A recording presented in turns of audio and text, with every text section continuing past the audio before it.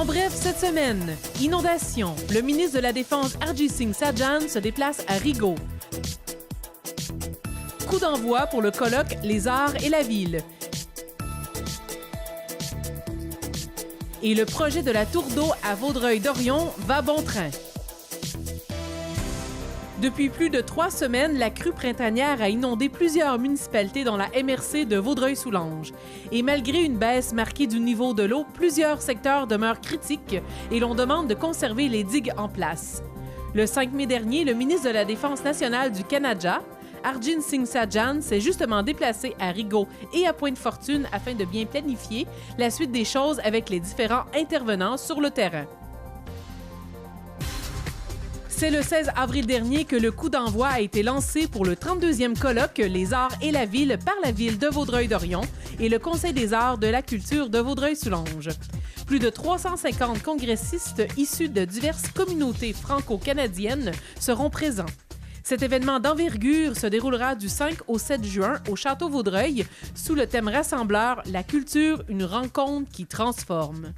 Une programmation en 2 volets. Un volet artistique et culturel qui va prendre place, entre autres, dans la zone, dans la place Mosaïque, qui est un peu comme un salon de l'identité culturelle du territoire. Ça va être vraiment extraordinaire avec des prestations, mais également des expositions à l'intérieur de cette zone-là, mais également avec des prestations artistiques pré-conférences pendant le gala et une magnifique prestation d'ouverture par Lucie Bisson et les enfants de l'école Harwood, également Karen McGregor. Ça va être vraiment une belle présentation. Mais l'autre volet, au niveau des conférences, va permettre à notre milieu, et c'est ce qui me rend fier, vraiment, c'est... Imagine, ici à Vaudreuil-Dorion, depuis 10 ans, on travaille la culture autrement. On a eu des reconnaissances à l'international, liées entre autres à l'Agenda 21 de la culture. Le créateur de l'Agenda 21 de la culture, Jordi Pasquale, va être ici à Vaudreuil-Dorion.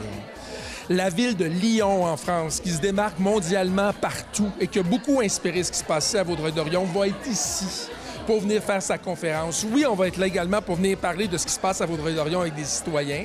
Il va y avoir également Émilie Perrault, la journaliste très connue, l'auteur, qui va venir raconter pour elle c'est quoi l'essence de la rencontre par la culture. Et tout au long du colloque, c'est des ateliers, des gens venus de partout dans la francophonie canadienne, des gens d'Acadie. Carmen Gibbs de l'Association des artistes professionnels de l'Acadie est incroyable, entre autres choses. Et il y a des conférenciers venus vraiment de partout qui sont fantastiques. Des gens de Sherbrooke, des gens de Cultura en Abitibi-Témiscamingue, des gens de partout au Québec. Dans le cadre des festivités entourant le 25e anniversaire de la fusion de Vaudreuil et d'Orion, la ville passe en 2e vitesse avec le projet de revitalisation de la tour d'eau du secteur Harwood. En effet, l'agence Échoppe, spécialisée en murales de grande envergure, réalisera tout au long du mois de mai une œuvre gigantesque sur la tour d'eau. L'inauguration est prévue pour le début juin. Le 3 mai dernier s'est déroulée l'exposition citoyenne de l'artiste Luzon à la Maison Félix-Leclerc. Cet artiste, tantôt éclaté, tantôt philosophe, propose des formes et des couleurs inspirées des images emmagasinées au cours de ses périples de plongée sous-marine. En fait, l'inspiration est partie de mes premiers amours, qui était l'amour de la plongée sous-marine, qui était la photographie sous-marine. Et donc, pour résumer, pour faire une histoire très longue, plutôt courte, qui a été par des raisons de santé, circonstances de la vie, j'ai dû arrêter de plonger pendant un certain moment. Alors, je me suis mis à vouloir m'exprimer. Et puis là, le canevas est arrivé, la spatule est arrivée, et puis là, toutes les textures sont arrivées. Et là, j'ai commencé à créer, et puis ça n'a jamais arrêté. Alors, c'est de ça que mon premier élan a commencé. Et puis, j'ai commencé à travailler beaucoup les textures. Et en travaillant avec les textures, j'ai pu vraiment découvrir qu'il y a beaucoup d'émotions de passer à travers les couleurs et puis les textures. Et alors, quand je peins toujours en 3D pour pouvoir toujours aller chercher l'émotion et la sous-émotion des gens qui sont dans leur inconscient. C'est la Maison Félix-Leclerc. On a 3 salles d'expo au 2e étage et on a un nouveau volet d'exposition qui commence. En fait, ça a commencé le mois dernier. On a fait un appel aux artistes de la région de Vaudreuil-Soulanges de soumettre des candidatures et on a reçu des super dossiers et on commence avec Anne-Marie Lauzon et son exposition Lousine. Donc, c'est des artistes résidents de la région. On leur donne la possibilité de montrer qui ils sont en tant qu'artistes et on a des rotations à tous les 2 mois. Et on a notre calendrier jusqu'en 2020 qui est fait, alors on est super excités de ce nouveau volet qui prend place à la Maison Félix-Leclerc. Toujours à la Maison Félix-Leclerc, après un mois passé en mode création, l'artiste du mois d'avril, Francine Vernac, dévoilait le 5 mai dernier le résultat de son travail pour bâtir une maison.